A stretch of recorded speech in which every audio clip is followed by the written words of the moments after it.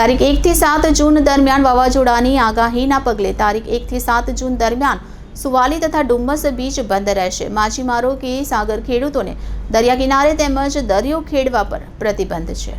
ભારતીય હવામાન ખાતાની આગાહીના આધારે ગુજરાતના દરિયા કિનારે ભારે પવન ફૂંકાવાની આગાહી હોય તકેદારીના ભાગરૂપે લોકોની સુરક્ષા અર્થે શહેર પોલીસ કમિશનર અનુપમસિંહ ગહેલોતે એક જાહેરનામું બહાર પાડ્યું છે, જે અનુસાર સુરત શહેર પોલીસ કમિશનરે આ વિસ્તારમાં સમાવિષ્ટ સુવાલી તથા ડુમ્મસ બીચ વિસ્તારમાં લોકોની અવરજવર તથા માછીમારો કે સાગર ખેડૂતોને દરિયા કિનારે તેમજ દરિયાના પાણીમાં માછીમારી કરવા પર પ્રતિબંધ મૂક્યો છે। આ હુકમ તારીખ 1/6/2024ના રોજ સવારના 6 થી તારીખ 7/6/2024ના રાત્રિના 12 વાગ્યા સુધી અમલમાં રહેશે। તેનો ભંગ કરનાર સજાને પાત્ર થશે।